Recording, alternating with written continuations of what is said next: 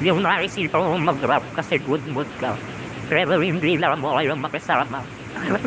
Bilhin nyo na rin hindi lang ako swing na ayoko na to.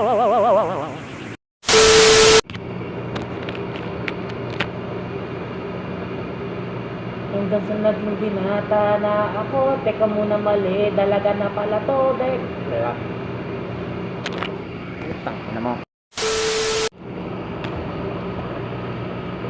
Hanggang sa naging binata na ako, teka muna mali, dalaga na pala to, peko. Bakit to puro bekong putang mo?